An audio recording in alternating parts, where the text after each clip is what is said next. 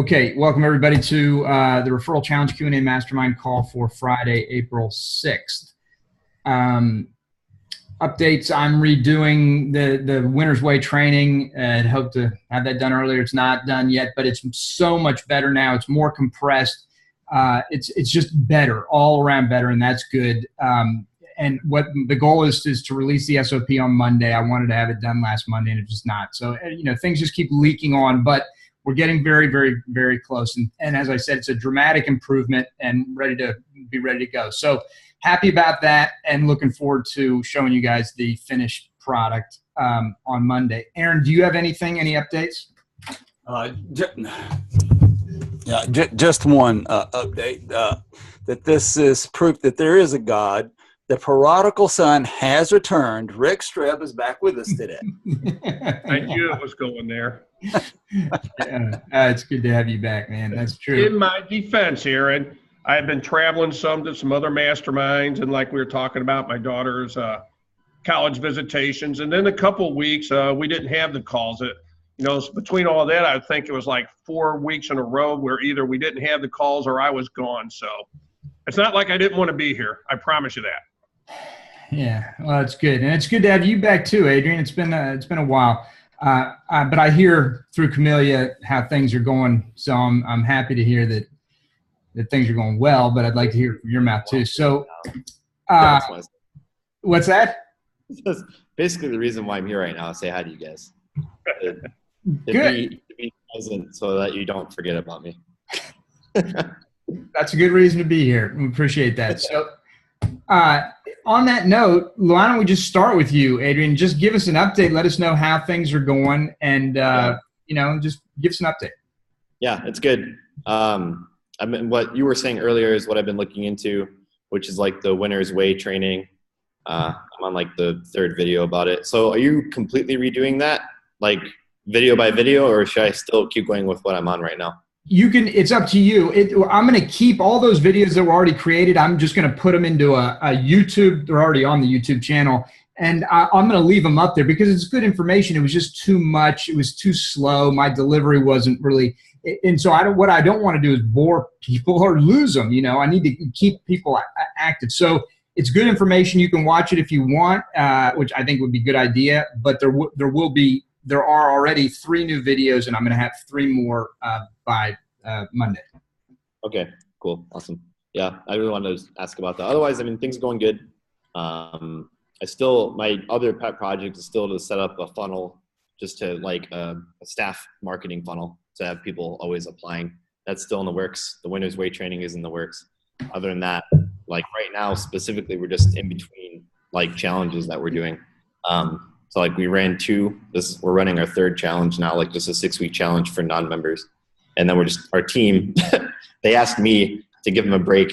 So we're taking a little bit of a break and then we're getting back into it. But really, like I've just been focusing on doing a lot more like internally for our members because I realized like I was lacking in that area. So I was actually working with a current member, who's super awesome. And basically, she's going to have a role of like helping me with like internal events, stuff we do like outside of boot camp for the members, and then internal challenges like programs that we run for members only to keep them engaged with things like that too. And like at an added cost, because I really believe that people will pay for something when there's value. But like really getting that back in the swing of things will be really helpful, I think. So I'm excited to like have a calendar for just that. That'll be fun. Other than that, it's been going good. Oh, that's fantastic. The couple things. Number one on that, the staff marketing funnel that you mentioned, I think it's a great idea. And I was just going to tell you, we talked a little bit about that with Wayne last call. And I don't know if you saw or watched the recording, but Wayne talked about how he ran an ad on Facebook that he didn't have to pay for, a for hire ad. Did you know about that?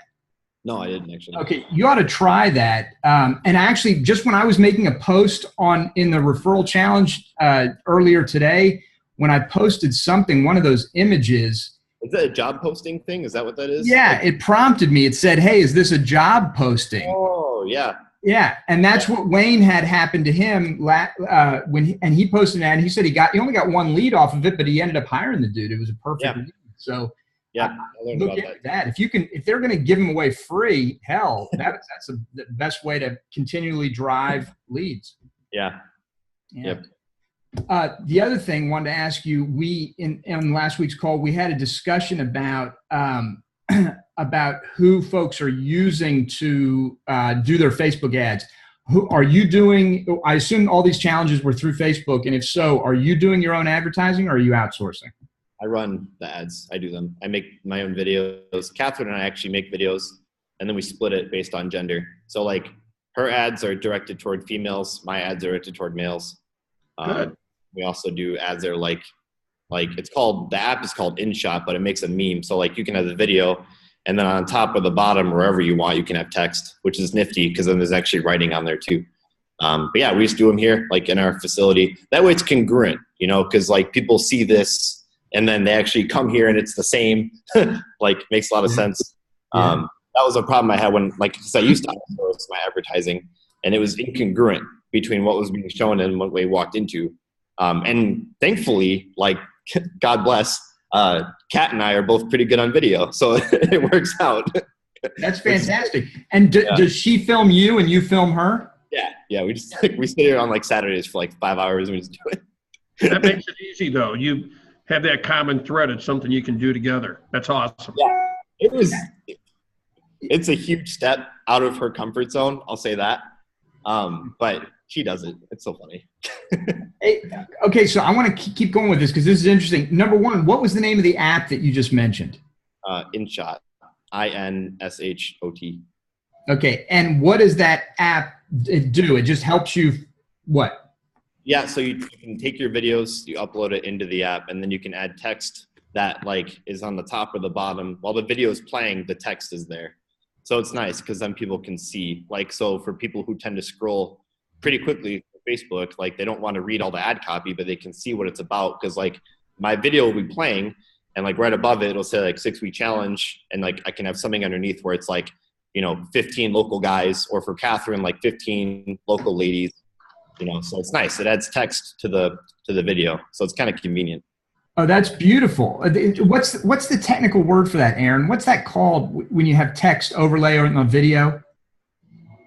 There's a term for it. Anyway, I read recently they said that something like that is a best practice for Facebook ads is to have that text overlay on your video, because most people, as you just mentioned, are scrolling quickly and you want the image to catch them, but you also want it's silent unless they turn on the volume. And so another reason people are watching a lot of times these videos at work and they don't want to turn on the volume, but so they can read the words.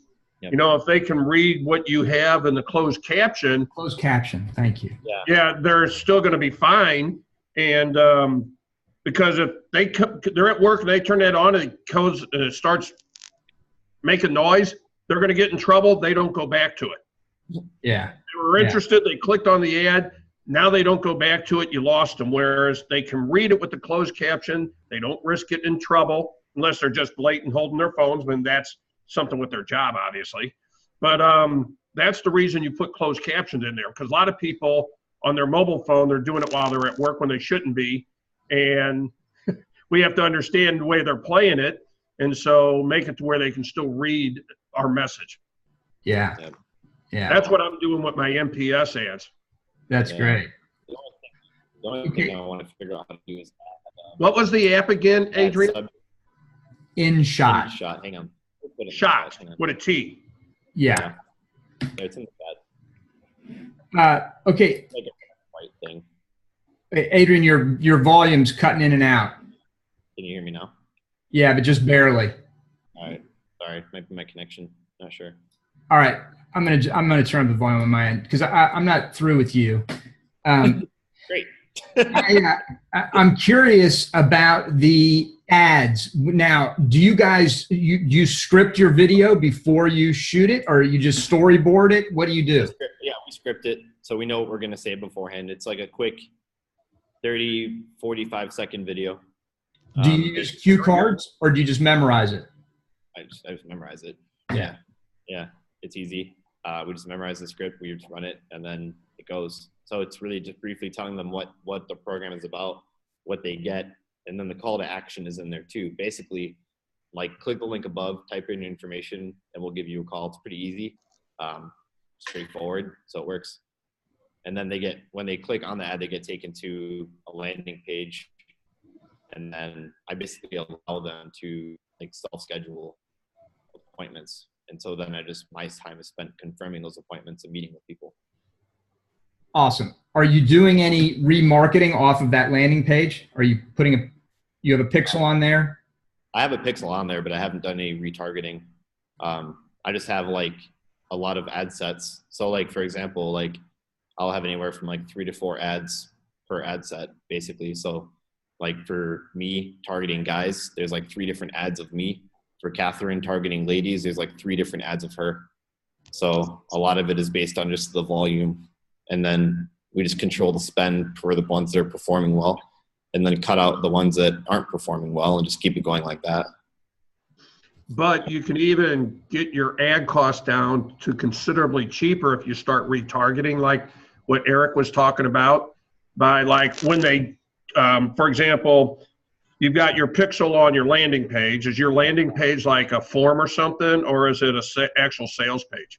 It's a landing page. So they opt in, and then it takes them to another page to book a meeting. So okay, so when they go to book, you want a conversion pixel on there. So you want a conversion pixel on your other one, because if they hit your landing page and then don't book, you want to retarget to them with other videos and other ads. Yeah. And your retargeting campaign should probably be like, if you're doing $20 a day on your main campaign, your retargeting campaign should probably be about $2 a day. Okay. But you're going to get, these are all people that showed interest in your service. So you're going to get in front of them a lot more often, yeah, for a lot cheaper. Okay. That makes sense. I just got to learn that piece, and that'll add a lot to it. It'll make a huge difference in your marketing because they showed interest. Okay. Yeah. If you don't capture that and retarget to them, you're losing people that showed interest in your product for whatever reason. They might have been at work and had to get off the phone. The kids, something was going on. They had to run out. You don't want to lose them. So retarget to them with a new message about the same program. All right. That makes sense. Yeah. Yeah. It's like in the direct mail world, it's like sequenced follow-up. I mean, it really is that. And we know, if you do a 3-step sequence, Kennedy's talked about this for years, that first letter will get you 50% of your new customers, and the second and the third will bring you another 50%. So by sequencing, you can literally double the number of customers you get. It's very smart. Interesting side note, one of my best friend's younger brother is the guy who sold Blue Kai. Blue Kai was the company that created remarketing and brought it to the world, essentially. This guy's younger than me. He's 47 years old or something like that. He sold Blue Kai to Oracle for about $450 million. Loving life. Anyway, it was brilliant, though. This whole remarketing, it's brilliant. So Adrian, then your ads clearly are doing well, and you've been managing them, and they don't stress you out. You just keep using them, and they're continue to be productive. Yeah, and if they ever lack, then I just go here, make new videos, change the creative a little bit, and then keep tweaking it, basically.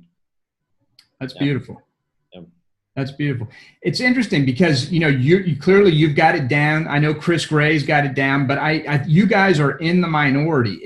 There aren't many who are able to make their own ads work consistently well for them and ultimately end up outsourcing.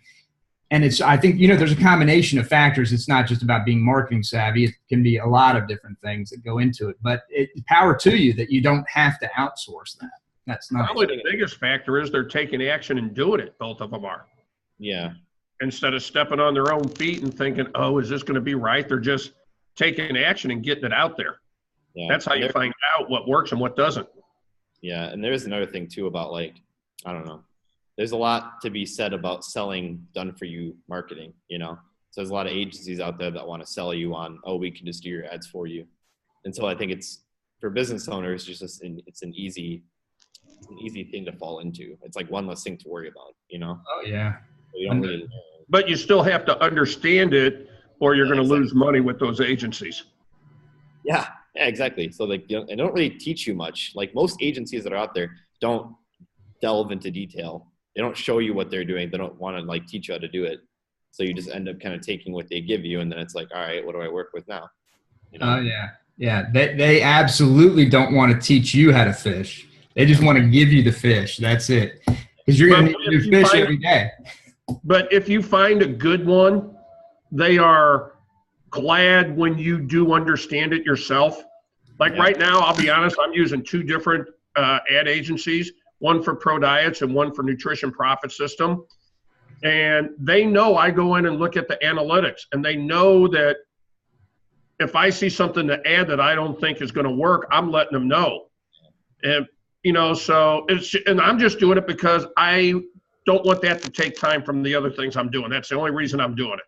Yeah. Yeah. Otherwise, I'd be doing just like you, Adrian, and doing it myself and everything. But, you know, if a video needs to be done, I do the video, you know, and I send it to him and let him take it from there. They know what I'm looking for, you know, so I would just let them handle that, let them play with all of the testing and everything, and get it dialed in, and then we just run with it. Yeah. All right, good. Adrian, last thing, do you tested static ads, or did you just do exclusively video? I think I like doing video. Like I like being on camera. So I prefer it. And the more people can see me, my personality, that is an even bigger differentiator from everyone else. So I have not tried like a group picture yet.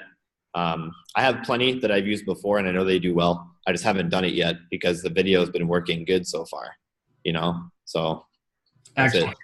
Yeah. What about those killer ads that you had? You had your own photographer, videographer, and editors make those awesome social proof ads. Have you used any of those? Yes, I have, and I keep like using them as often as I can.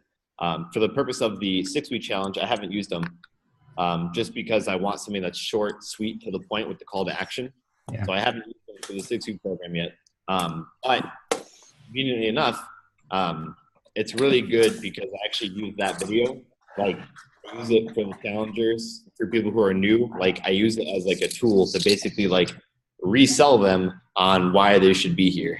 Mm-hmm. So I'm not using it for the 6-week challenge like up front, but when they're in the Facebook group, I post about it. I'm like, hey, here's my why. What's yours? And I gotta do that repeatedly, like so they get it. You know what I mean? Yeah. It actually helped a lot. Like those videos help a lot once they're in the group because then they see it like, oh, okay, like you guys aren't just a bunch of crazy people on the internet. Great. So, let me ask you a question, just because I'm curious. Those testimonial videos, are they individuals or is it like a montage? One is a montage like of me, my story, and then people we've affected, and then 3 others are individual. And I try and make them. You want to use those as your retargeting ads. Okay. Those are perfect retargeting ads. Let your people who've already looked at your landing page and everything, now they're getting videos of other people that have done your program telling their story and why they love it. And you're going to find if they've got 3 different stories possibly, you're going to find one of them that resonates with certain people. Okay. So there's your retargeting campaign right there. That makes sense. Cool. That's a great tip. I mean, really, that's awesome. Thanks for sharing that, Rick, because that's beautiful. Social proof that you can't overuse it. If it's done well, you can't overuse it. And what you said, Adrian, about putting it in your group and sharing it with folks, that's a principle, a marketing principle that is often overlooked, and that it's the importance of consistently reselling your people. You've sold them in once. You have to continually resell and resell and resell. It's too easy for people to forget benefits, forget things like that. You always want to resell. So good for you. Yeah. Okay. Well, good. Well, so it sounds like things are rocking and rolling, and you sound good. So way to go. Awesome. All right, Keith, I want to jump over to you. Let us know how things are going on your end and any questions we can help you with. All right.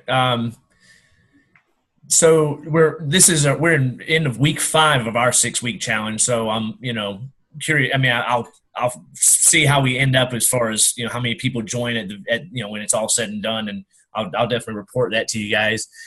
I guess one thing that maybe I'd love to get people's ideas about is right now I only have one person who is committed to continuing on. I know we'll sell more, but it's just kind of weird that we're at week 5 and I've only gotten one commitment. That's generally not happening. I usually have most of the people who are going to be committed have already signed up by now. So it's just kind of a weird thing. So I don't know what I could have done differently, but what's your approach, Keith? Like, what are you doing to sell them? Well, when they sign up, I actually, and then during the initial orientation, we offer them a fast action offer, which of course is an idea that came from Rick. I don't make them I don't make them sign it up right then and there, but I do give them a deadline. They have to sign up by a certain date to get that fast action bonus or whatever. Yeah. And then it's just, we just try to keep following up with them throughout the 6 weeks, weekly phone calls. They, of course, get an email series from me that they pretty much get an email every day, so I don't know. We've generally been converting, 40, 50% of them. So, and we may as well this time. It's just kind of weird. It's just kind of quiet right now. So it's like a one-off thing. What was that? It's like a one-off thing. Like this hasn't happened before. Yeah, we did this 3 times last year, and this is the first time it's kind of been like this. So, do you do a desk date with them during your challenge, where you sit down? And that's a chance to talk to them about what's going well, what they're struggling with, and then kind of have that conversation about them continuing on. Yeah, I offer that to everybody, and some of them do take advantage of it. I don't know if I need to try to make that like mandatory. It's like you have to come in. We do that at week 3, so, and we'll weigh in and take their measurements. And I'll tell you, I mean, we've had one woman had lost 11.5 pounds at her week 3 check-in. So I have to imagine she'll probably join, but she hasn't made that commitment yet. So we'll see.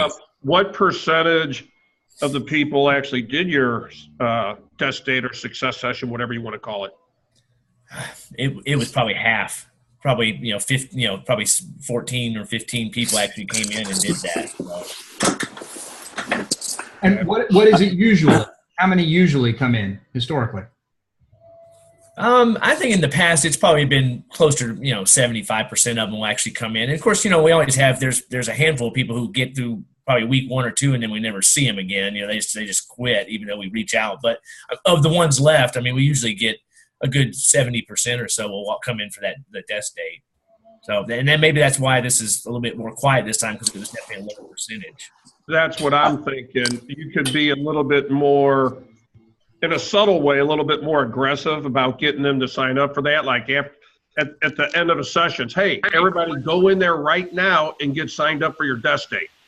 And be a little assertive with them and just go do it now. Let's go get you on the calendar right now. Because otherwise you just say something and they forget about it. They're often thinking about what they have to do when they leave the facility. Right. And I know this is something I've identified in my business that, where some problems are existing is the follow-up and just me staying on top of it, because I'm, doing so many different things right now. But that's the next thing I was going to say was, I've been working with an administrative assistant.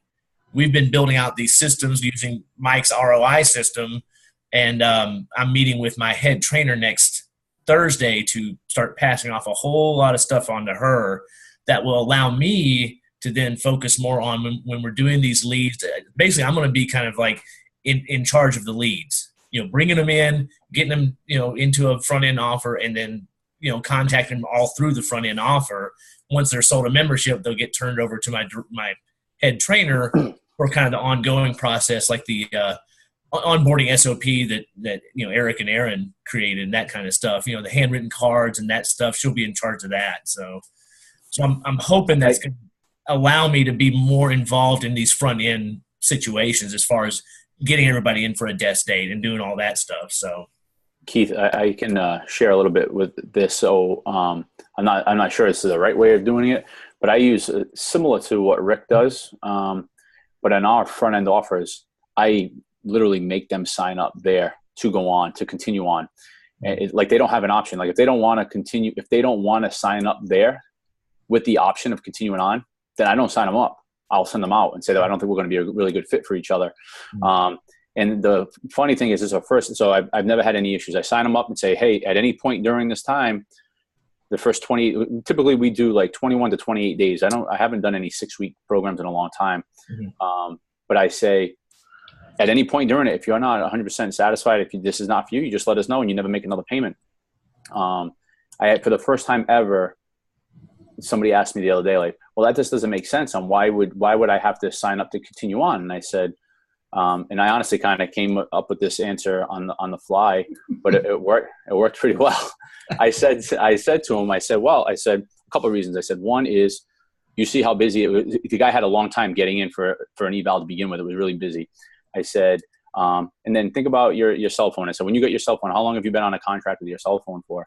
And he's like, well, I had it for 2 years. And I said, and it just continues to roll on. What would you do if in 2 years when your cell phone expired, if you had to go running back to the store and, oh my God, I got no service, right? That could happen, right? You saw how long it took to get you in here. What happens if 3 weeks from now, you're like, man, I want to sign up. I want to keep going. But we're 2 weeks out in terms of getting you in for an eval.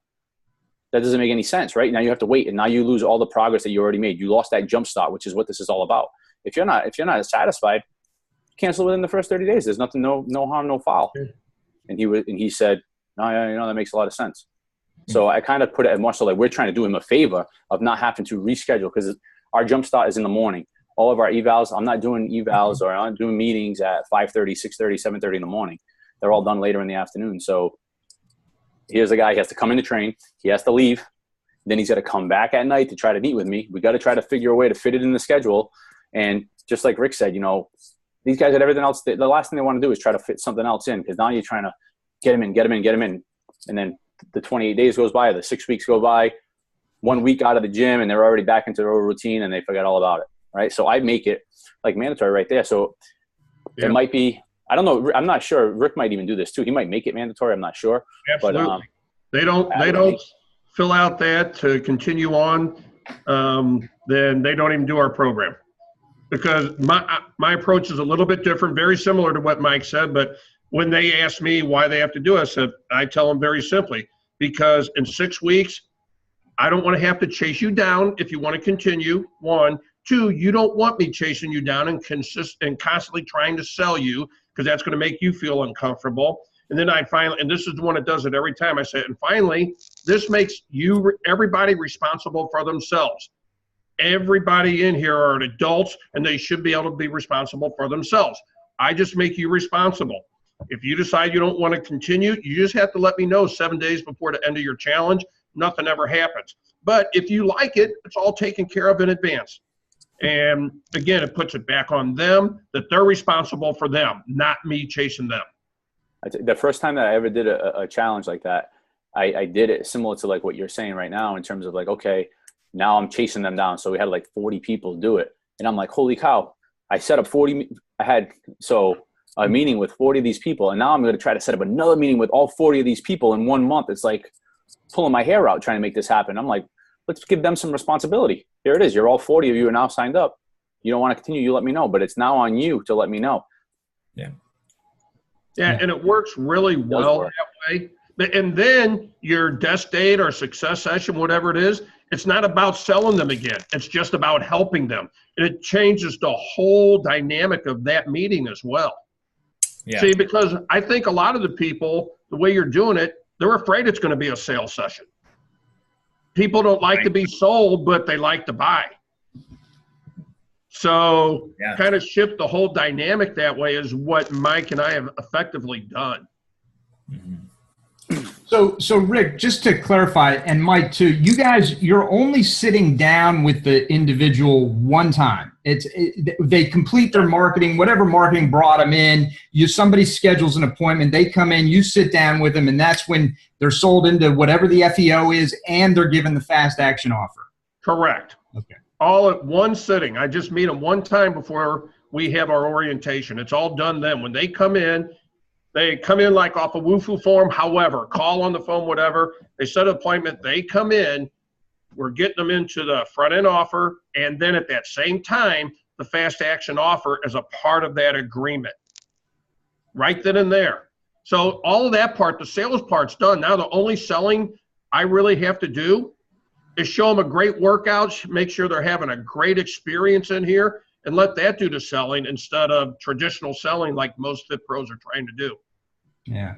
Yeah, we're essentially almost the same thing. And then we have the touch points along the line where I'll call after their first session, just check in to see how it went. And all those things already, you know, they get the emails throughout the whole thing with the nutrition piece we put them on. All of that is already just showing them like, man, I want to be a part of this culture. It's so different. Same thing. We're sending them emails, text messages, phone calls, posting on their Facebook page how well they're doing. All of that is set up during those 42 days where we're actually touching them 39 of those 42 days when they actually start their challenge, either by phone call, text message, Facebook, or email. And honestly, one of the reasons we do 28 days or 21 days is because I already have those things already laid out for those touch points, for that many touch points. So I'm touching them every day. If I was to go to 6 weeks, I'd have to add in a lot more stuff. So I haven't even addressed it because this has been working really well. And you got diapers to change. That's right. Yeah. Spaces to find, employees to fire, you know. right. You got some shit on your plate. Oh yeah. Oh man. So what do you think, Keith, after listening to that, is there something that you can do to adjust, or do you feel like there needs to be an adjustment made? I mean, there obviously does need to be an adjustment. I think the challenges I'm already coming up with just based, hearing what they're saying is, we use, again, that gym builder company. They set up group meetings. So we're meeting with 4, 5, 6, 8 people at a time. I don't get these one-on-one meetings. That usually happens at the desk date when we, 3 weeks in. And the other thing is we also offer 3 different memberships. So I could see there being a challenge of them going, well, I don't know which membership to sign up for because I'm not sure which one I'm going to want to continue on doing. That's simple. Make it the most common one.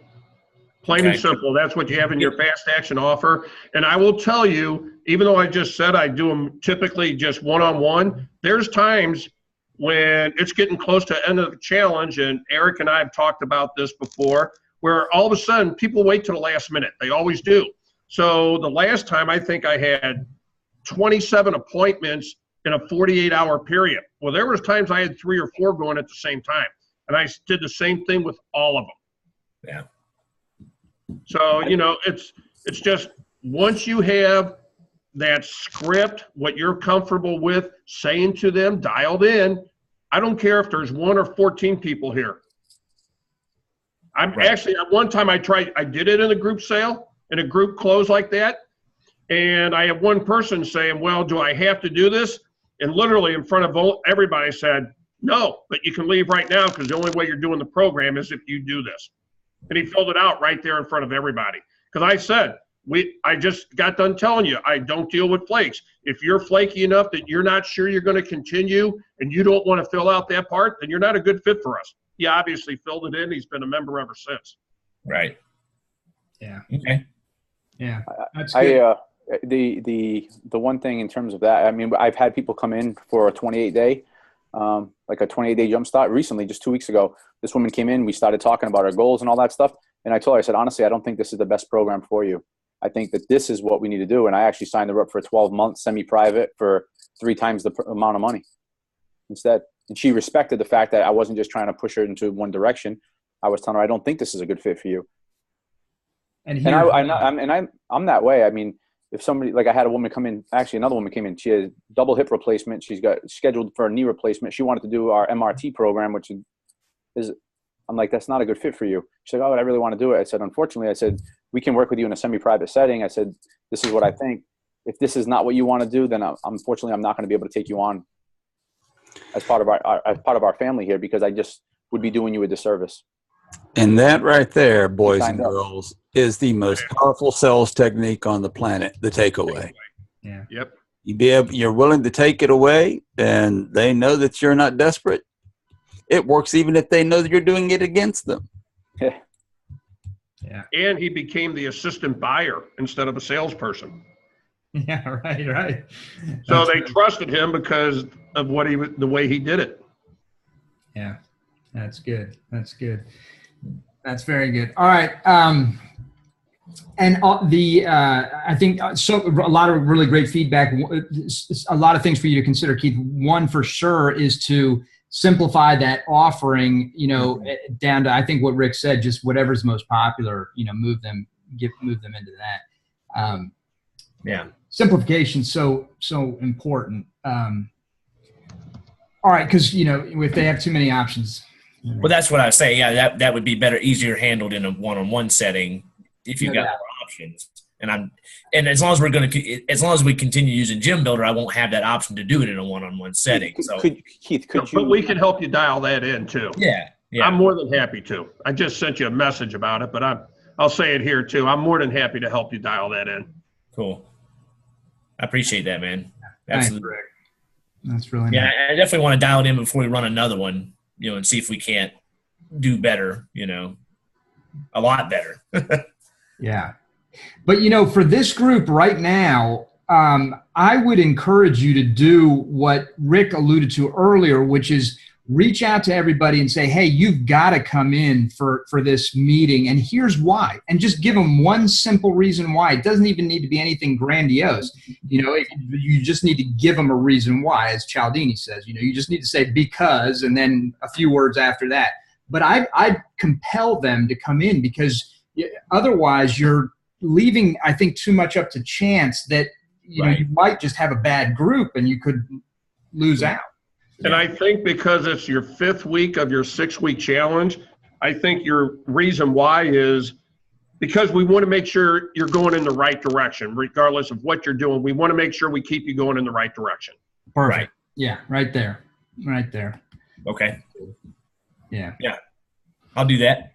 All right. Excellent. Anything else you want to talk about, Keith?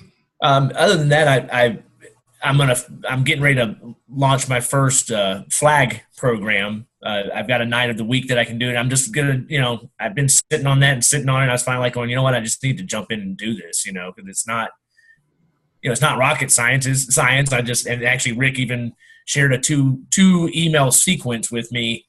That's kind of the first emails. It's that strategy. It's like a 12-word email or whatever. 13-word email. Yeah. And then a variation of it. Yeah. And then a longer one after that. It's like, oh man, great response. Here's what I'm thinking about doing. And I'm going to try to get that launched out here in the next week or two. I've got Thursday nights set aside to be able to meet with the group. So. And then you're going to have Monday night as your alternative check-in Mondays? Yeah, exactly. Yeah. Okay.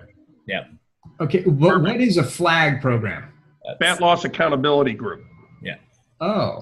So it basically be, we get together once a week, kind of like Weight Watchers. They'd weigh in, and then we'll sit down and talk about what was good, what was bad this week. Let's work on a habit. Here's some nutritional information, whatever whatever they need that week to help them move forward for the next week. And of course, we'll be using Pro Diets and JLab Pro supplements to help them through this 8-week process. So here's what I'm going to do. I'm going to give you your script for every meeting right now. Okay. So whatever time this is, mark it so you can go back and watch it, okay? Right. Every meeting, you're going to ask every single person in there 3 questions, okay? Yep. The first question is, what have you done lately or this past week that's taken you further away from your goals? Always start with the negative. Now you can coach them up. Okay, you can coach, you can build habits based on where they're struggling. Mm-hmm. The second question, what have you done to bring you closer to your goals? Now you can build upon that, okay? And then third and finally, who in the group have you noticed doing really well this last week? So what have we done? We've started with the negative, we've coached it, we went to the positive, and we built upon it. And then we showed social recognition for somebody in that group. So the 3 things that makes Weight Watchers so damn successful. Yeah, that's great. So this is essentially, this is the format Weight Watchers find. That's beautiful. That's standing on the shoulders of giants right there. That's what you should. This is all I do in every group. And in your Monday check-in on Facebook, they answer those same 3 questions. Yep. You build the whole thing around that, and you don't have to worry about thinking about programming and what you've got to come up with next. Because also, when you're thinking about programming and what I'm going to teach them, now you're a teacher. You're not a coach. Teachers talk at their students. Coaches work with their students and communicate. Yeah. That's the biggest difference between this and what Weight Watchers does. For the most part, they talk at them and they teach. And then there's very little of the actual coaching. Mm-hmm. We're coaches. We want to do more coaching and talk with them. And that email that I gave you, that one, if you notice some of the questions, what I'm telling them that are required, you have to be willing to share. You have to show up. If necessary, you have to log your foods for a few days. You know, so you're telling them up front what they're getting into. Yeah, I like that email. Just, setting those expectations pretty high from day one, Exactly. So what do you charge for that? Go ahead. I was going to say I'll ultimately charge basically what Rick's charging. I think it's like $300 for the 8-week course, which is like $37.50 a week. $37.50 a week. I'm actually presenting this one as, hey, this is our first time with this. I'm kind of considering it a beta group, so I'm going to do it for, I think it's like $20 a week or something like that instead of the $37.50. I'm even going to tell them normally this is going to probably be $37.50. So here's your chance to get in on the ground floor, so to speak. That's beautiful. That's 42% off or something, which is significant. Right. So yeah, that's great. Definitely want to sell that hard, that it is that discounted opportunity. Right. So now this is the first time I'm hearing about Flag. Is this something new that you've just come up with, Rick, or what? No, I've been doing it for a while. We call them weight loss accountability groups, but the actual acronym is FLAG, Fat Loss Accountability Group. We kind of changed it to Weight Loss Accountability Group because some trainers were concerned about the word fat. And I said, so if you want to make it a little bit more politically correct for your ladies that you might feel the word fat loss is going to offend, make it a weight loss community, a weight loss accountability group. Yeah. This is something he teaches in the NPS program. Yeah. So. Okay, beautiful. Because it's fantastic. And it just reminds me, listening to this, I did a lot of work with Phil Kaplan back in the day, and Phil built, he back in the 90s and early 2000s, Phil was the #1 biggest personal trainer basically in the country. I mean, he was, him and Tony Little, or I guess, or some other, those other, Phil was a big deal. And one of the things that he did to build his business was selling programs just like this. He would always, his front end was always nutrition. He always sold people into nutrition first and then transitioned them into training from that. And he had these programs that sound very much like what you're talking about here with Flag. I think it's brilliant. I will say that he's really a very fluid and fluent with his ability to converse, particularly around kinesiology, physiology, biology. And so he would always do an educational portion of these meetings. I'm sure he did a lot of the coaching too. He's good at that. But he had an educational portion too that he could sort of a demonstration of wizardry, like, hey, here's something really cool that you need to know kind of thing. But that comes during the coaching. Okay. A lot of these people, a lot of them, they just have a format that I'm going to teach you this, and then we'll open up for questions afterwards. That's like going back to college, and we all know how that sucked. Yeah, no, I agree with that. So when we're coaching somebody, those aha moments are always going to come up. That's your opportunity to teach the group, but it's based on a real life situation. Yeah, that's perfect. It has better application to the immediate problem, and therefore it's going to have a bigger takeaway for that individual and probably for the entire group. Exactly. That's the whole intention of it.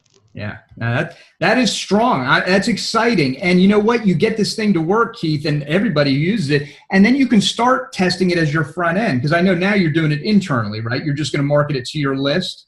Is that correct? I'm going to market my list, but that would include people who are even prospects or leads or whatever. Sure. So somebody who's not a member of the gym could certainly come and do the flag program.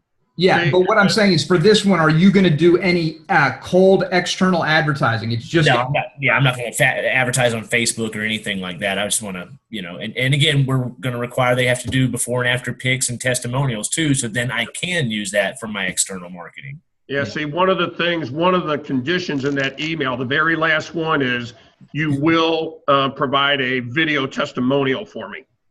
Mm-hmm. Nice. So they know it right there. It's the very last one of the conditions in that email. Yep. But the thing that's cool about this, as we're building these community Facebook groups that we've all been talking about, it's also a perfect upsell for people in there within a couple weeks that need more assistance. They need more guidance than just what we're giving them. So it's a perfect upsell for that as well. Like the Get Fit Action, like I've got Get Fit Action, which I'm getting ready to launch. Then every so often you can say, look, we've got this flag program. Maybe you should, let's get you in here for that, right? Yeah, what I'm doing is as I'm bringing people in that group through Pro Diets, at about the 10-day mark, that email goes out, and we mention it in the. We're going to start mentioning it in the group now too, about the accountability group for the folks that, you're getting started and everything, but we understand this can still be a challenge because it's so much new. Here's the problem, here's why, agitate it, and then here's the solution. Rick, you going to run any of those meetings via Zoom? All of them are via Zoom. I'm no longer doing them in the facility. It's all via Zoom now because a lot of the problems that you may have is you got people that have to drive 15, 30 minutes to come here for an hour meeting and then have to do that to drive home. So now that 1 hour meeting was taking some people 2 hours out of their day. Now they can get a lot of that stuff done that they need to get done at home, get on the meeting, and like Wayne's doing, he's doing something in the background there while he's listening. They're still multitasking, and when it's their turn, they come on. Yeah. So how many weeks did you say it is? 8 weeks? 8 weeks. 8 weeks. So you'll do Zoom exclusively? You won't have them in for even one meeting in person? Nope. It's all being done on Zoom now in a group setting. Again, let's leverage our time. How do you handle that question in terms of recognize one other person in the group that's done well this past week, since they don't really know each other or see each other outside possibly? Well, that I'm going to have to figure out within the community group, but right now all of my accountability groups are people that are in my facility. So they see them in here when they're working out with them or whatever. Yeah. Yeah. I like the leveraging Zoom. I think that's very smart, but I will say that I think there's a lot to be said for having, and this is just my opinion, getting one meeting where everybody comes together, even if it's a celebration at the end or maybe midway or something. Yeah, I like that idea. A celebration of how everybody's done, celebrate all their victories, no matter how big or how small. I like that idea. Yeah, yeah. Anyway. That's like what we do in our facility. Every 2 months we have big parties where I rent out a really nice restaurant and we go and celebrate everybody. That's great. That's great. I love it. I think it's so much to be said for those, community events when you get people together and they're doing something fun together, because working out, that's fun, but it's a effort here when they can eat and drink it. Yeah. And we tell them that, hey, eat what you want, drink what you want. This isn't about working out. This is about you being outside of the facility and getting to know people in a more social atmosphere. Yeah, that's great. It sounds like it's kind of like the dentist that gives you the lollipop when you're leaving, right? It's like, that's what I tell them. I tell them, look, this night is all about job security for me. Right. Right. We're welcoming you back to your old habits. Right. Here's a pizza and donut. Get you out of them. Let me ease you back into them so I can keep you longer. That's right. That's good. That's good. Yep. Well, this is really exciting. I'm glad you brought that up, Keith. And it's cool to hear about the flag thing. That's very, very cool. That's I'm sure going to be a big winner for a lot of people. So, that's great. Yeah, I'm excited to get it going. So, yeah, I'll bet. Yeah. All right. Reach out with any questions, buddy. Thanks, man. I appreciate that. Yeah, just it makes me, every time I hear you, because you do it so often, Rick, but you're so generous with all this stuff. It just reminds me of that interview I did with Eric Rokeach about you. And it makes me proud every day that I said the things I said about you. You're a good soul, buddy.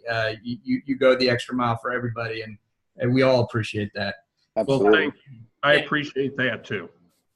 Now, if we could only get him to show up on the TRC calls, he'll be all right. Aaron's not going to let that dog lie. In my defense again.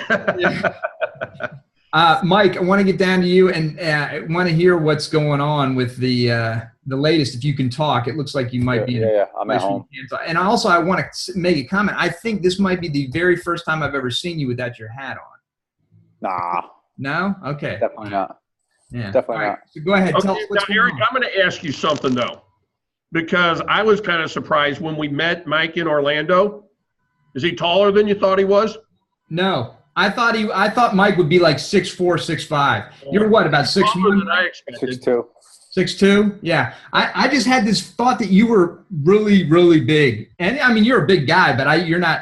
I was thinking he'd be bigger. So you thought he'd be shorter, Rick? I thought he'd be closer to my height. Yeah. Okay. All right. And I'm a midget.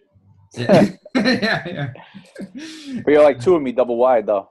That's because I eat well. Yeah. First off, Mike, how's Hunter? Good. He's good. Good. Everything's been good at home in terms of everything. That's been great. Excellent. So, what else? Let's see. So actually, I talked with Aaron briefly yesterday. Lots of stuff going on in terms of the lease. A few options closing on us in terms of what we can do. Had one closed today. I went to look at another space that is like 9,000 square feet, bigger than what we need, but it was listed originally as for sale. But the way it is, it's the whole property was listed for sale, and there's like 16 units in it, and then you can buy them as like condos. So they just recently, like in the last like 3 weeks, somebody purchased the entire thing, like $2 million. But one of the spaces, just under 9,000 square feet, had been listed previously to that for $450,000 for sale. So doing the math and all that stuff, it was a little bit more money than I would be paying in rent, but I could technically own it and I'd have a lot more square footage. Went to look at that today. The guy is not interested in selling it at all, just interested in renting it out. And I mean, it's in the city that it's in, it's local.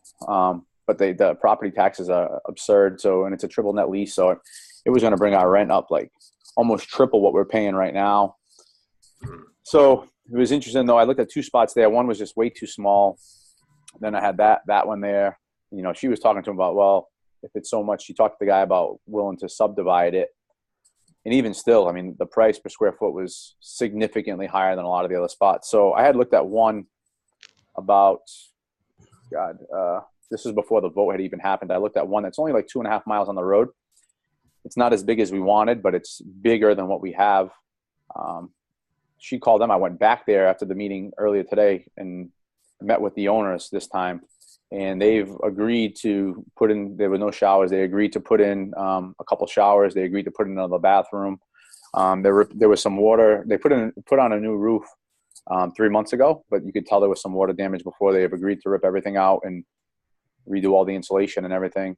So it's essentially, we agreed in principle to do the deal for it. It's like 5,000 square feet, 2,000 less than we were going to have, but the office spaces are less than what we have at our current facility. So it gives us, it's going to be just over 4,000 square feet of training space, where right now we have, training space wise, we have about 2,400. So it's definitely going to allow us to take on more people. It's going to allow us to do some more team stuff, which has been handcuffed us dramatically since before January, really. So they said that they could probably have everything squared away done. They're going to take on all those expenses too, which I'm happy about. They're going to repaint the outside of the building as well, giving me an opportunity to have some input on the color of the painting of the facility. It's got its own private parking, so some good stuff for it, for sure. Expansion? Right next to some, Do you have opportunity to expand if, later on down the road? no, probably not. I mean, the only way I'd be able to expand would be to go to the space below, downstairs, like make 2 units. It's literally the whole building. Yeah. But I honestly, after going through all this, my next move is not to. I'm done. I'm done with the leasing, man. Yeah. All done.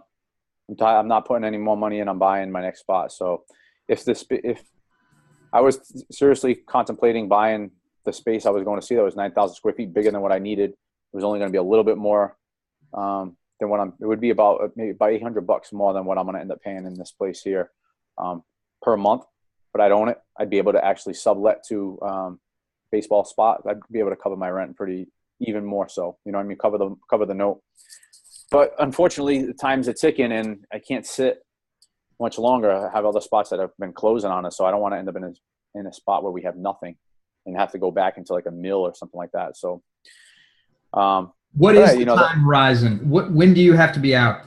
Do you know? I don't have a definitive date. Told him last I heard was 6 to 8 months. So, my next thing now is to see if I can, the guy who, said he's the owner who said I'm not that kind of guy. And I think I had him feeling kind of bad. I'm going to call him and see if I can get what I can get in terms of helping me with the move.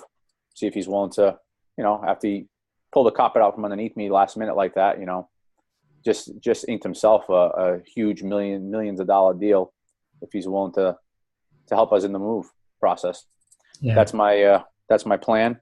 I want to get out as soon as possible. So as soon as those guys can get the showers put in and get the walls ripped down, and essentially the only thing I'm really going to have to do moving in there, they're leaving me.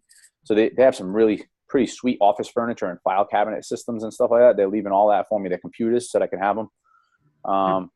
So pretty happy about that. The offices are definitely much nicer than what I got now. I got windows in my office. I don't have them in my office now. So I'll have windows there and everything. The only thing I'm going to technically really have to do when I move in there is paint, that's nothing, and it's a matter of ordering the new equipment and getting it over there. The headaches of it for sure. Yeah. But they're going to take care of all that build out. I mean, nothing's, I even don't even want to talk about it. I want to knock on wood right now because I'm essentially in the same place I was with the other owner before he pulled the carpet out. They go back and they say, hey, it's going to cost X amount we ran some numbers over the weekend. It's going to cost X amount to put these showers in. And now they want this and now they want that. Who knows? Because nothing's signed yet. We're supposed to sign the paperwork next week. So, but do you have the flexibility to leave as soon as you find a place, or do you have to work through a lease? No, I'm month to month right now. Month to month. Yeah. Okay, good. Well, that's fantastic. Yeah. All right. I'm not that kind of guy that would, apparently, according to what this woman who I've been working with, this real estate agent, she's like all over every single building anywhere around here. Her name is everywhere. She said you'd be surprised how many people just stiff their landlord on the last month rent. I'm not that kind of guy that I would do that as much as I would love to after everything he did. I am not that kind of guy, so I'm going to pay my rent like I would, give him the notice like I would. Yeah. Go on. I'm hoping that he'll feel bad enough, like supposedly he says he does, that he'll say, hey, you know what, let me take care of doing this, and this for you. And hopefully make it a little bit easier in terms of a transition. Yeah, that's great. You'll never regret taking the high road, man. 2 wrongs do not make a right. That's You're telling my mom, man. No, good for you. You good. That's your gut. That obviously comes from your internal compass, and so that speaks to what kind of person you are. So good for you. So just the only thing that stuck in my head, did you say they are going to fix, you said something about water damage. That always freaks me out because of mold issues and stuff. You said it's all getting fixed? Yeah, it's got a new roof that's been on for 3 months. So I saw some water marks and I said that, there's insulation behind it. That's got to be wet. It's got to be moldy. I want to know. I want it ripped out. And they said, yeah, we'll rip everything out and check it. Yeah. So. Because that's a liability issue too on top of it. They said it. I'm going to do 5 years, and in the meantime, I'm going to keep my eye open for something that I can purchase on my own, somewhere that I really want to be. You know what I mean? So yeah. Have you talked to any fitness business owners who own their own facility? I have not. I mean, I have some clients that own their own own locations and stuff. Yeah. Just somebody to talk to off the top of my head, Aaron and Tony Lindauer. You know, Aaron's in the group, and great people, and they own their own. And I think they've done very well with that. And I'm sure they would have some good intel for you. Yeah, awesome. I didn't know that. I think Justin Yule as well. Oh, really? I believe so. Yeah. And there's another one that who happens to be Forrest Walden. They don't open a facility if they don't own the property. Yeah. All right. Because here's the backstory. Back when Robert Kiyosaki was laying out all of his real estate stuff a decade or so ago, Forrest went to his stepdad, Ricky Brooks of Express Oil Change, and said, "Why don't you get into real estate?" And he says, "Son, I am in real estate. Every corporately owned Express Oil Change on the planet, we own that property." Right. So all that to say, Mike, before you pull the trigger on a lease, man, really think that one out before you get into a 5-year lease when you could be paying on a mortgage in 5 years. No, the thing is, man, there's nothing, the one spot that was even remotely, doable for me, the guy does not want to sell. So I got nothing. I mean, believe me, I would love to. Yeah. Would love to. Because I know, man, I crunched the numbers in terms of everything, and I know that, I could essentially be paying even less than what I'm paying to rent it and own it. Right. It may not be a viable option, but minus a building, find a piece of land to build on. Yeah.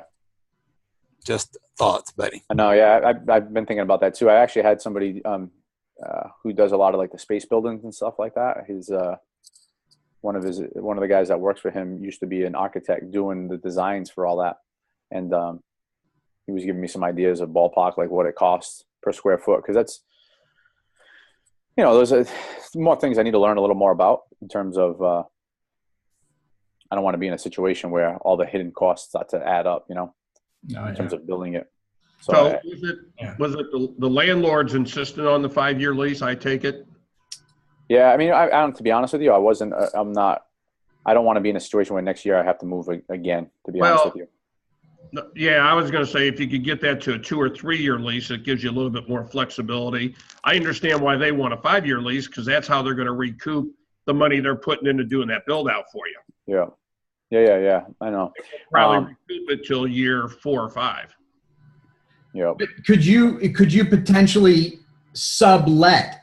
If you in 2 years from now you decide, hey, you found a place you want to buy, could you then turn around and lease that? Yeah. I actually talked about that too. And, the woman said essentially what has to happen is I have to contact her and she needs to find me a tenant. I'd still be responsible if those people flake off for it, but we could fill it.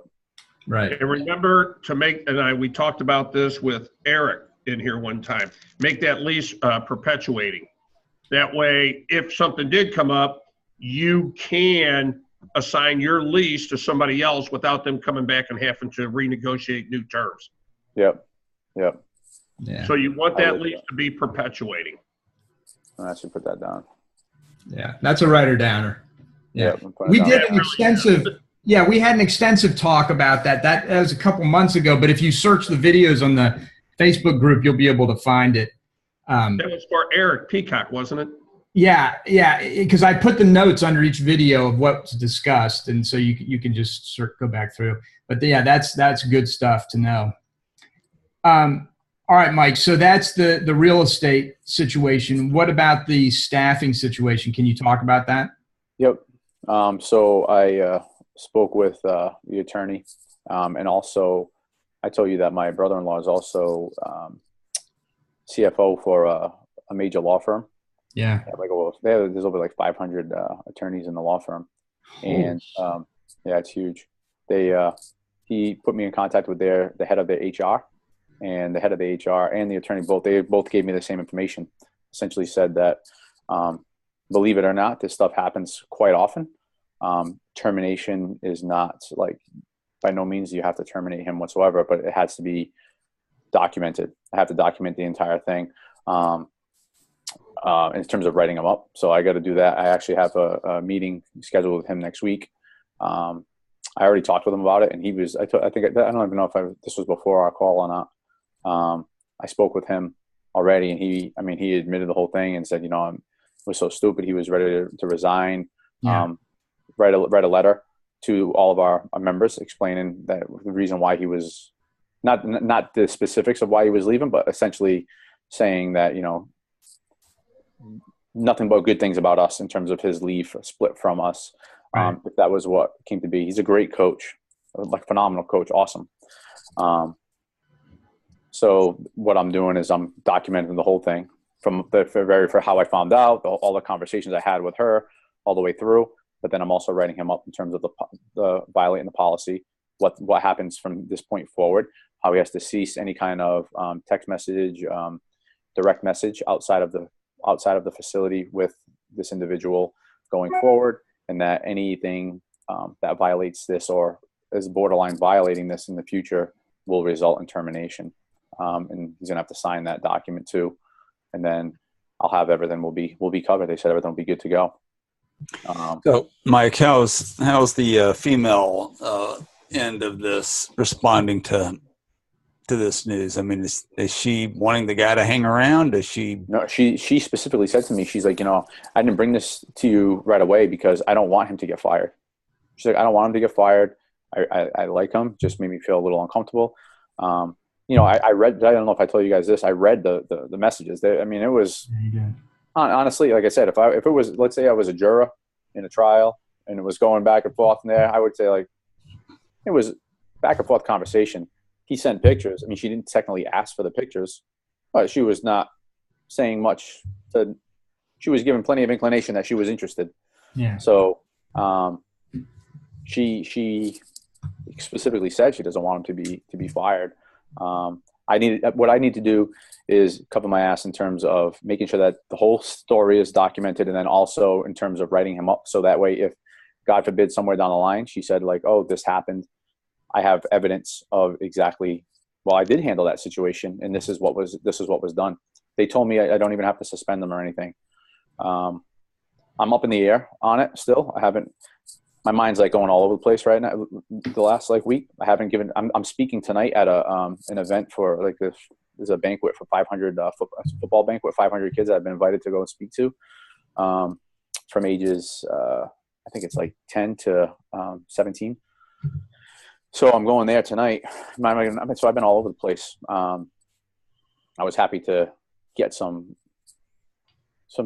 good information back, but I plan on thinking about this over the weekend in terms of, am I going to suspend him? They told me it was my call. Am I going to suspend him for a few days without pay?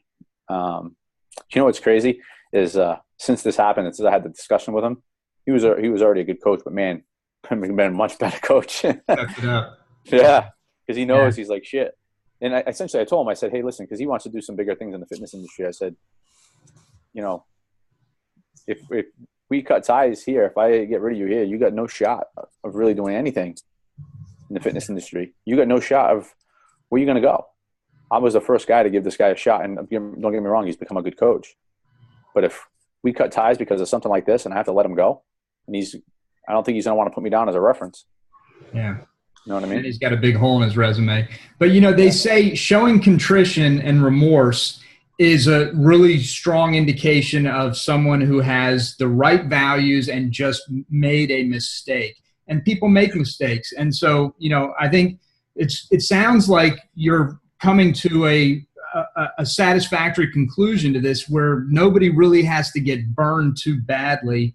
But I also had a great – I'm sorry, go ahead. Just one other thing. I would, if I was in your shoes, and I don't know, maybe talk to your brother-in-law about this too, but I'd ask that girl, the woman, to sign a little something saying, hey, I don't want him fired, or I don't want any repercussions, just something that, because in case she gets pissed off at him later and said, I told you I wanted him fired, you can say no. Or you, in case she gets pissed off at you. Yeah, I asked them about that. They said they both said I don't need it, but I actually have asked her to write a statement too. Yeah. Just so I have it. I was even contemplating having her print out the entire thing, the conversation, print out the whole thing, put it in the file. If it ever comes up, hey, you can, even 5 years from now. Because I had a great call with Brian the other day, Brian had posted in the group. he was generous enough to hop on the phone with me and share some insight. And I got a lot out of that phone call. And so I was thinking, like, man, you know what if it's 5 years down the road that this, God knows what happens, man. I don't know. You know what I mean? God knows. But hey, this is the whole conversation. This is what she said happened. She signed saying she didn't want this to happen. It's all here. It's not, there's nothing that's like, well, Mike says this and she says that, or Right.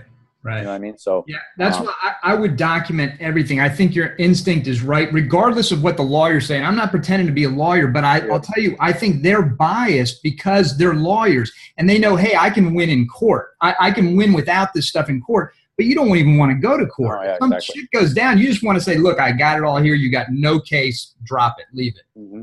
Yeah. And listen, Mike, the way the world turns can be quite bizarre. So just CYA at every level, you have no idea how emotional people can become over hotbed style things like this, buddy. And one day some guy somewhere might find out that his girl was hit on and come hunting. Mm-hmm. Right? Yeah. You just got to be careful, man, all the way around. I appreciate it, guys. Yeah. All right. And just frame it with her that your attorneys just want to make sure you document everything to protect your business and to protect her.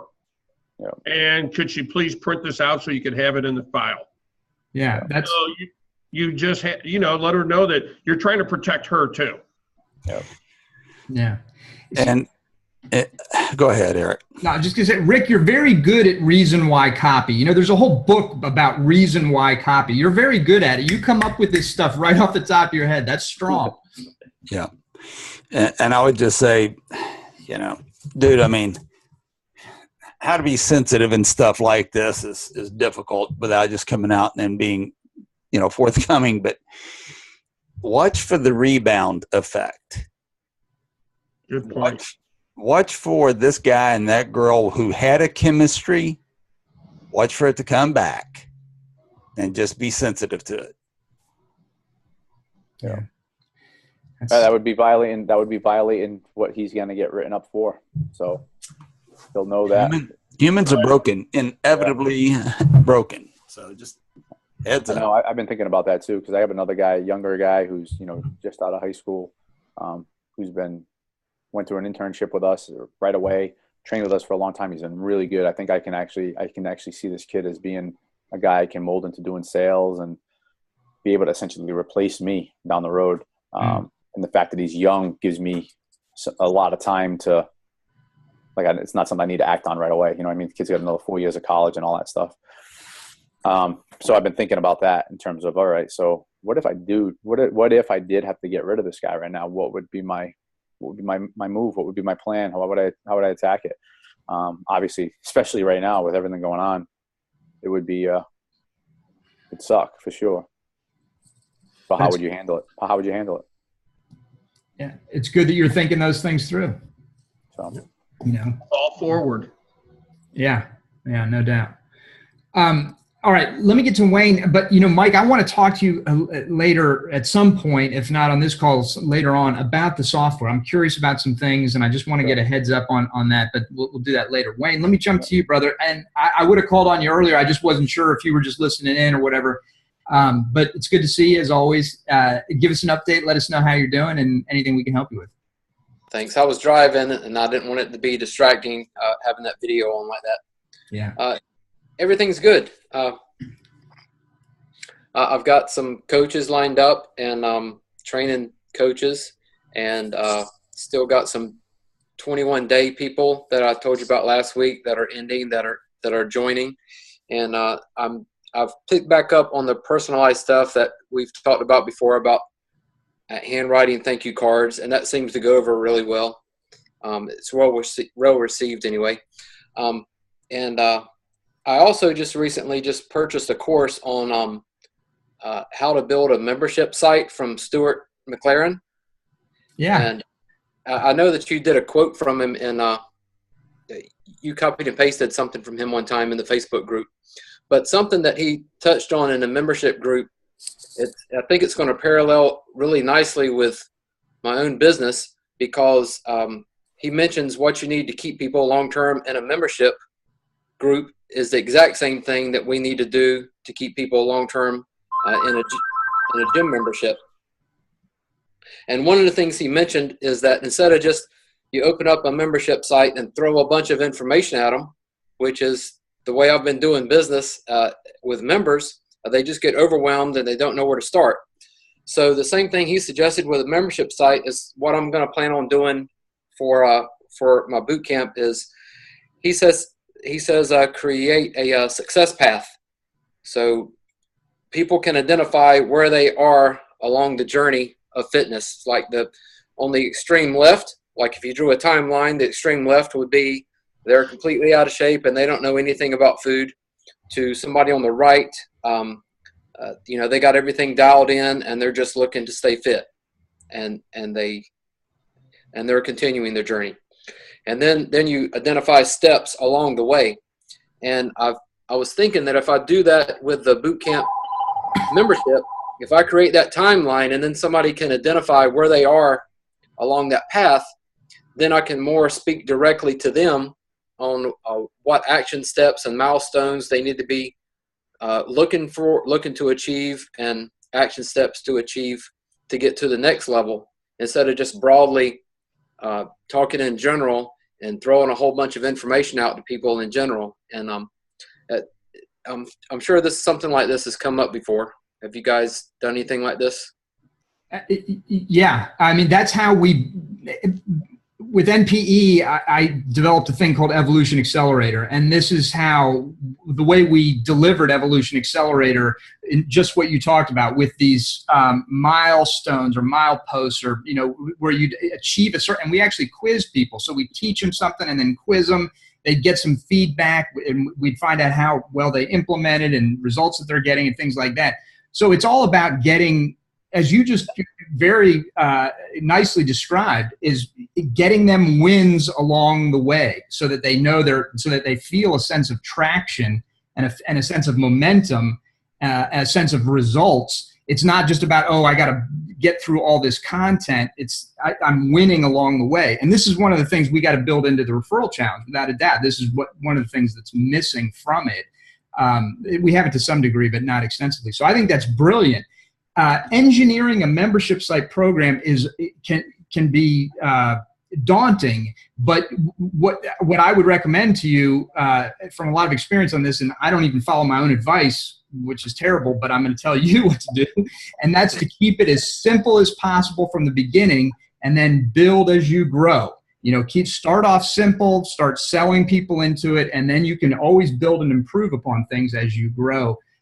But you don't want to try and make it perfect right out of the gate, which is what I always end up trying to do. And just, I seem to do the same thing, try to wait until something's perfect. But that's the same advice he had, is start out really simple with a simple launch and get the first group of people in, and then close it. And then work with those people on getting feedback from them to make it better, and then improving. Yeah. That's great. And I'm glad to see you're doing that. I think it's wonderful. I will recommend to you, I don't know who Stu's recommending, but I think he's with Kajabi. If he's not, I don't know, is he recommending a specific membership site platform? That's the one they're recommending, but he also said that they have their own, and that they're going to be telling us more about that further on into the course. Yeah. There is also there's a new one just coming out called Kartra by Andy Jenkins and Frank Kern. I actually just got in it today to look at it.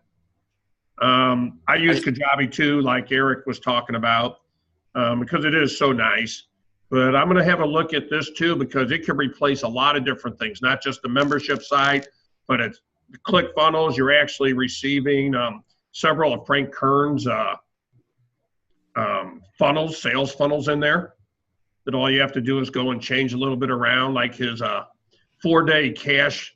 What is it? His 4-day cash machine or something like that. Cash machine, yeah.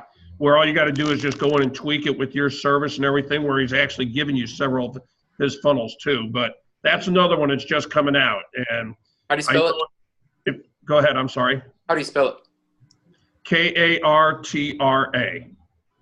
What's the price point on that, Rick? It's got several different ones depending on how many contacts you have in it. starts from, I want to say 99 to 149 to 229. The 229's up to like, I want to say 25,000 contacts. It's like 149 for up to maybe 15,000 contacts. And you can do all your email marketing through it too, I would imagine. Yes. It actually, you can replace all of them. Yeah. Is the way they're building it out. I mean, I just got in it today. I'm going to start playing. I actually just did it right before I came on here. So I can let you know in a couple weeks how it is. You know, I've talked to some other big people that are in it, and they said it's very much like ClickFunnels, but more robust. In some ways, a little bit clunkier right now in other ways, but I can imagine they'll be fixing things, you know, because it is new. Frankly, I'm surprised it's taken this long for a major competitor to come out against ClickFunnels. These guys will obviously give them a run. They got the resources and the skill set to do that. And but this goes to show you, again, how brilliant Russell Brunson is, because he just went hard and fast right out of the gate and just and so now he's the dominant leader, and it'll take a lot to catch up to him. Oh, he's got like something like 36, almost 37,000 ClickFunnels users right now. Yeah. So just to get back to this though, Wayne, regarding, I would not recommend ClickFunnels for membership sites, at least not the last time I used it. I wasn't very happy with them. They're awesome in other things. I love Kajabi. I have not used Kartra. I've heard about it. I saw something from Kern the other day about it, but I love Kajabi. And so definitely want to keep Kajabi on your radar to look at, and then take a look at this Kartra and maybe whatever Stu's coming out. And honestly, I moved my higher valued membership site to Kajabi because ClickFunnels just wasn't sufficient for what I'm doing. I mean, if it's going to be a cheap product that you're putting people in, you can get away with ClickFunnels. But if you want it to really look professional, be done right, I agree with Eric. Kajabi is hands down. Actually, it was Eric, conversation with Eric that got me to move to Kajabi. I'm glad you said that, because I have ClickFunnels and I was considering using that, but I'm glad you said that. Well, Thanks. Okay, but since you have ClickFunnels already, here's just to get back to what we were talking about, keeping it simple. I'd start with ClickFunnels. I wouldn't go get something else. Just get going with ClickFunnels. You're making the investment in it. You're using it for other things. Go ahead and use it. It's fine to start with, and that way you'll learn what you like and don't like, and can make it. And it's not that hard to make the move to another service once you decide you want to do it. I mean, Rick did. Yeah, I got a couple questions for you. What is your price point going to be? And two, do you plan on having more products in the future? I haven't got to the price point yet. They've got the training broken down into modules, and the first module was building your base, getting to know your audience, creating your avatar, really getting to know their pain points and how to deal with that. And then the future modules, I think it's 7 modules altogether. They're not even unlocked. You can't even see them until they open it each week, a new module. So then they're using Kajabi. Yeah, they are, I think. And then the second module, which just opened, was is about content. So, but further on down the road, he said we're going to get to talk about how to decide the price point, and they do talk about opening it up with something, keeping it simple first. Don't trying to make it perfect, like Eric said, and just start out with something simple, and then you can add to it after that. Yeah. Well, what are you planning on selling? Something fitness, health and fitness related, I would assume, right? Yeah, and that's why I think it's going to parallel exactly what I want to offer the boot campers. I want to give them a success path, and then at each success path, for instance, somebody in the beginning that doesn't know anything, they just need some really basic understanding of, proteins, carbs, and fats, and maybe they need that person at the first step. Maybe they eat fast food all the time. Maybe they just need to learn to start eating fast food less, and give them certain milestones that they don't take themselves to the next step until they have maybe eat less fast food, or maybe they can take a quiz, like you said, and know what proteins, fats, and carbs are. And so I think little videos and lessons and quizzes like that at each stage, that's what I plan on doing. And then I could the same thing would be applicable to the members that I have in the brick and mortar boot camp. Yeah, I got you. Two ways to do it, honestly. Say again? I see two things you could do to make that really, really effective, both online and in your brick and mortar business. One, get started with your membership site. I agree with Eric. I think right now you can get it set up in ClickFunnels and you're going to be fine to get started instead of spending the extra $100, $129 a month. Okay. And then two, if you're going to spend any money, you're going to need to really have a form of accountability. And Coach Catalyst for whatever, $29, $39 a month makes a lot of sense. Yeah, but if I was using Coach Catalyst, I wouldn't even do that. I mean, I don't know. Maybe you'd integrate it with a membership site. I don't know. I just try and keep it as simple as possible to get off the ground. So really, what the most important things for you to look at now is you got to figure out what your hook is. If you want to sell something in that space, which is one of the two most competitive spaces in the world, bar none. It doesn't get any more competitive. And talk to Aaron about that. He'll tell you all day long. And he's written so much good copy for it. That you need to have a hook. You need to have something that makes you different and better, and you need to have a really strong offer. And those two kind of go hand in hand. And so have you thought that through? Do you know what it is? What your hook is going to be? Not exactly. I'm still, that's supposed to come later in a marketing module, but that's one of the things they keep alluding to, that you're going to need to come up with a hook, and to come up with a good hook, you need to know the audience and the pain points. And maybe that's something you can help me decide. I don't know if my niche is tight enough. If I was trying to market to the same market that we have for our boot campers, which is basically females 30 to 50 years old who want to lose weight. I don't know if that is a tight enough niche to try to do something with an online membership or not. I'll be honest with you. What you described is an accountability group more than a membership site. It's really nothing different than what we were talking about with Keith earlier. You can do that in a Facebook group and with Coach Catalyst for accountability, and you're saving a lot of money. Mm-hmm. Yeah, and that might be the best way forward for you to grow. Now, don't get discouraged by what we're saying here to you regarding your investment in McLaren stuff, because that's awesome stuff, and you'll get if you use it, you'll get a ton of value out of it. But maybe the most important thing that you can get out of this conversation and McLaren stuff is the idea of starting simple, keeping it as simple as possible. Yeah. Implementing and learning as you go. And maybe the way to start is with just a flag group like what Rick was talking about, and allow that to sort of grow into your membership site product. The reason I say that, Wayne, is because what you described really is no different than an accountability group like what we're doing. Mm-hmm. Okay. And yeah, you could develop this into a membership site as you're learning that process, but really to get it started, like we're saying, let's keep it simpler. Facebook group doesn't cost you anything to start. All you really need to have is your landing page and everything that you're going to be selling them to. And then using Coach Catalyst for your accountability to really dial in the accountability a little bit more. I think that's the cheapest way for you to get started. And it can be built into something further as you're learning the whole membership site thing. Right. But Ryan Lee is a perfect example. Nobody's better at this than him. All of his membership sites are Facebook groups. Mm-hmm. Every single one of his are Facebook groups. Yeah. Ryan, give him credit. He keeps things lean and mean. He is the perfect example, and I'm glad you brought him up, as somebody who just manages that overhead down. So it's all profit. I mean, he probably runs on a 90% margin. He's got one staffer that helps him out with stuff. So that's very wise, and things you want to be thinking about.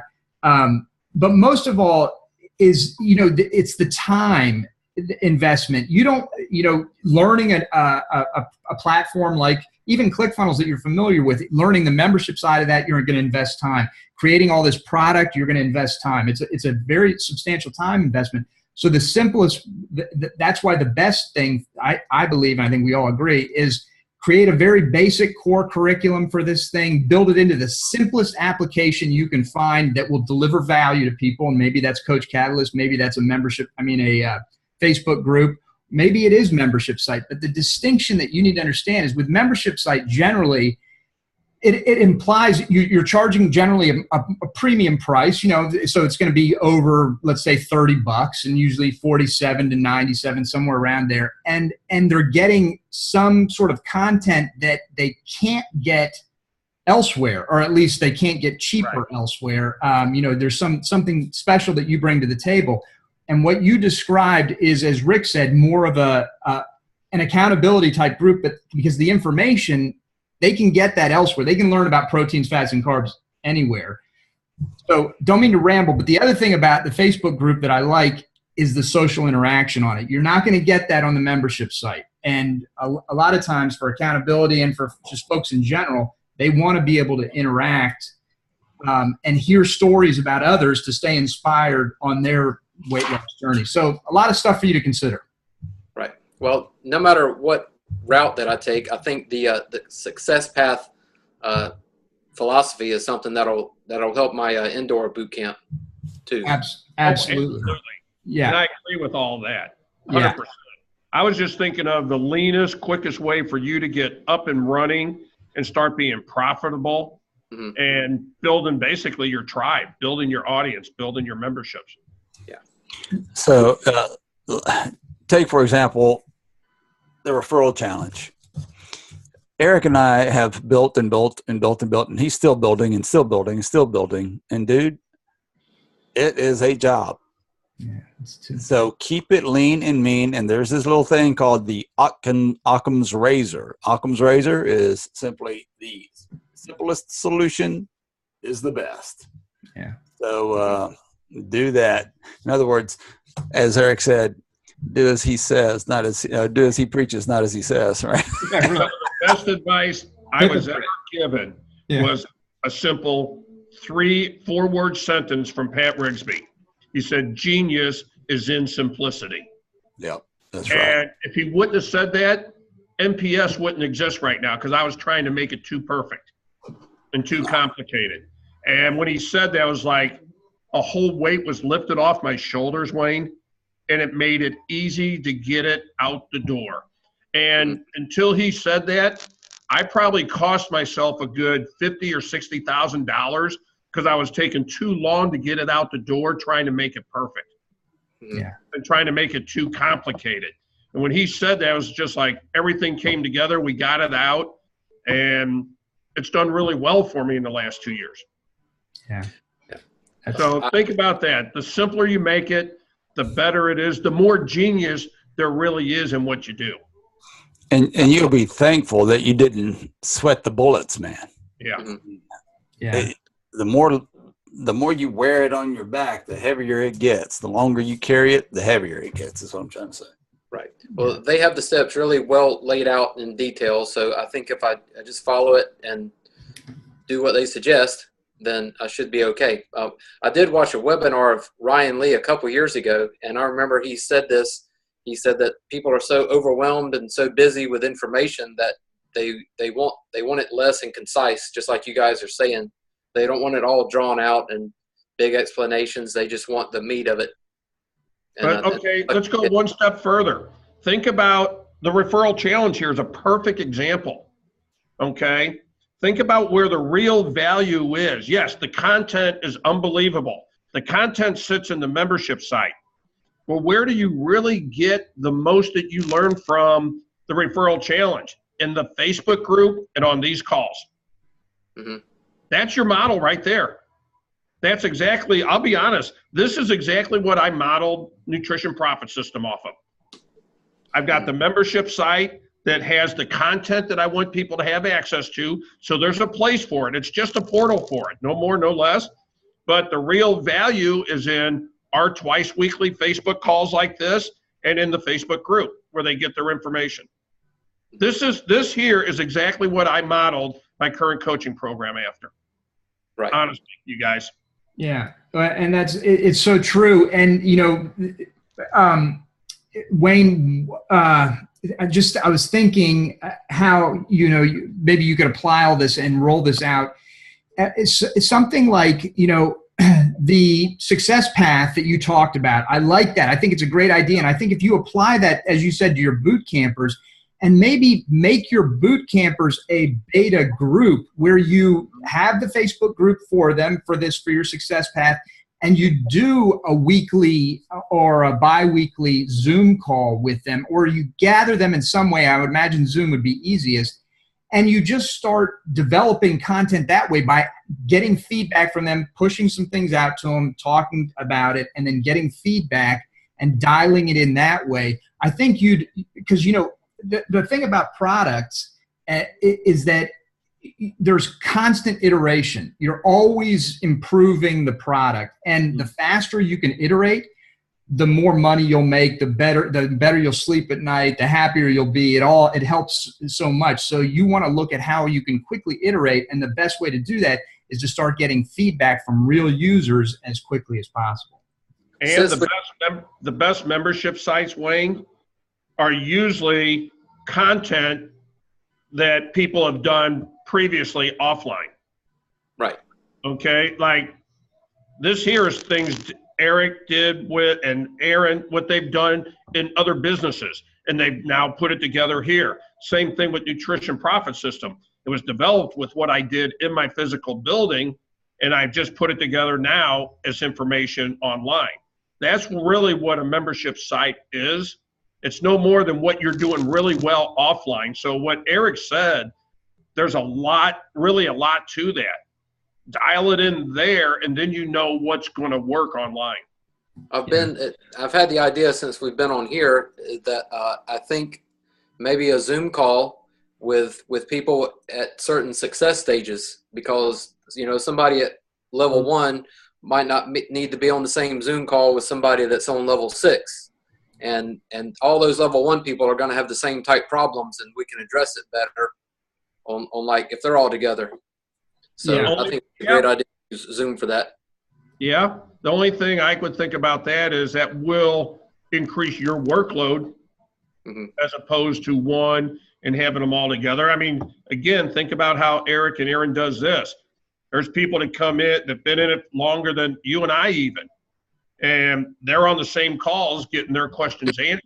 So, I'm just playing devil's advocate. Okay. Yeah, but you're making a good point, Rick. You're making a good point. I would start broad and then go narrow. I wouldn't start narrow and Exactly. I was thinking down the road. Yeah. No. Down the road, that makes sense. At first, I agree with Aaron, just the way they're doing it here. Somebody starts today, gets on the same call with somebody that's been in this for 2 years. The person that just started, they're hearing where everybody else is. It also gives them hope where they're going to get to, especially with what you're trying to do. It creates role models, actually. Yeah. Yeah. I think you'll figure this stuff out, but it's good that you're bouncing it off of us, because we collectively have a lot of experience in this and can help you with it. But one of the things I want you to seriously think about, Wayne, and if you didn't hear it earlier, was the conversation we had about the flag group that Keith and Rick are doing. Because I think if I were in your place, I would probably start there with something like that. And because it sounds almost exactly like what you're trying to do. And maybe that could become the basis for your program, and you develop up from there. But here's the point that I really want to make, was that when you do these Zoom calls, if you do them, and it'd be a good idea, listen to what Rick was saying about doing the coaching rather than the teaching. Trying not to deliver too much content as opposed to just interacting and drawing information out of the folks. Right. Yeah, I did hear that. If you need help with it, if you decide that's the route you want to go, just like I told Keith, I'm more than happy to help out, Wayne. Great. I know. You've helped me before. Thanks a lot. I think this is exciting. It's great. You're a good student, so I know you'll do well with it. Just keep in mind that what we talked about here, just keep that simple. As Leonardo da Vinci says, simplicity is the ultimate sophistication. That's it, right? That's a good one. Okay. Anything else, Wayne, you want to talk about? No, I'm good. Thanks a lot. All right. I think you'll get it. I think you'll do well with it, though. Yeah, I do too. I do too. But don't add on any additional investments at this point. I would not get, if you're going to start with a member site, start with ClickFunnels because you already got it. All right. Yeah. Thanks.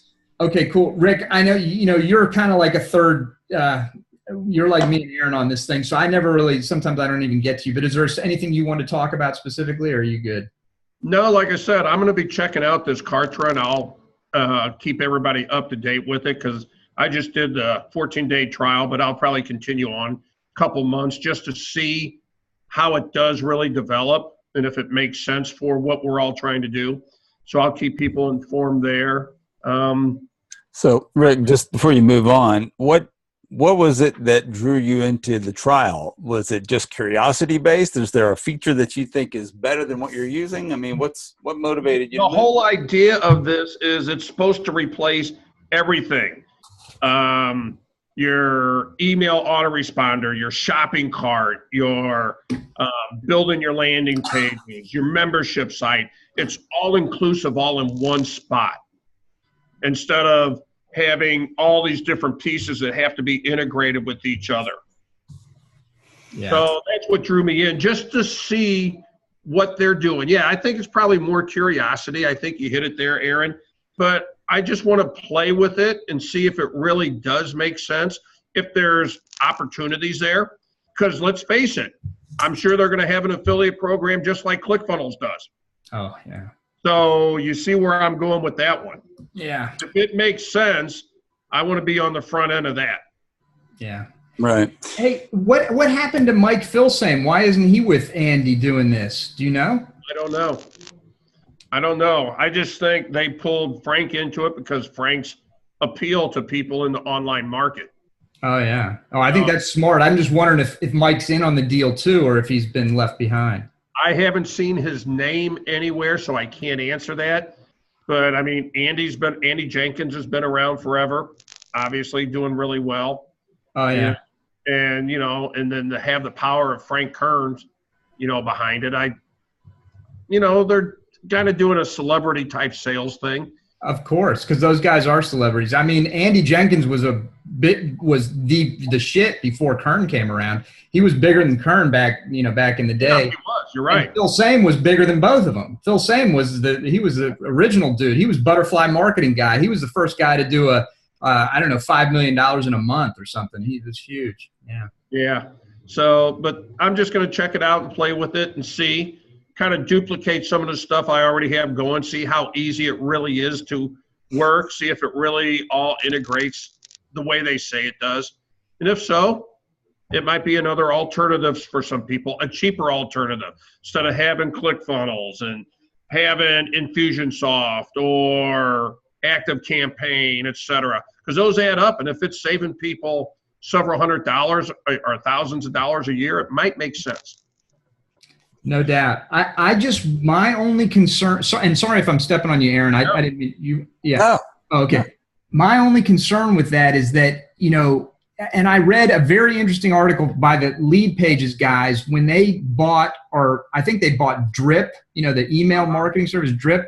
And they were talking about how, and this was a few years ago, they were saying how this whole all-in-one solution is actually it was the end of the all-in-one, and they were saying everything's going individualized, and they're integrating very seamlessly, but they're going individuals because no one company can do email marketing and landing pages better than an individual company could do email or landing pages. And I agree with that, and that's why I think, like Aaron said, curiosity just got the best of me.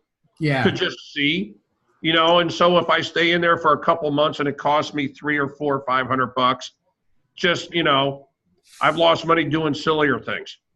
No, I hear you. And it's like I'm doing a little bit of light gambling. I mean, I'm not a big gambler, but I think you're sort of hedging your bets in a smart way because maybe they do knock it out of the park. I mean, who knows? Because if they could take a piece of Infusionsoft away too, oh my Lord, yes. And, and the thing is, let's face it, ClickFunnels have been having issues with their API lately, and they've been down a lot lately. So, that's always seems to be an issue with them is their API, and they're constantly changing it. And then if you have webhooks or integrations involved, these companies have to go back and redo their integrations to work with ClickFunnels again. You know, and at the same time, us at the end user are waiting for it all to be fixed. Yeah. Yeah. So there's a bit of a different, turning a corner here just a bit, there's a bit of a different psychological thing happening here I think is worth bringing up for those who will be listening later on. One of my very early copywriting lessons taught me that the person who has 5 or 6 different sports watches in their drawer is the next guy to buy another sports watch. Yeah. Right. Yeah. And so the person who is actively engaged in SaaS products is the next person to be out there to buy one.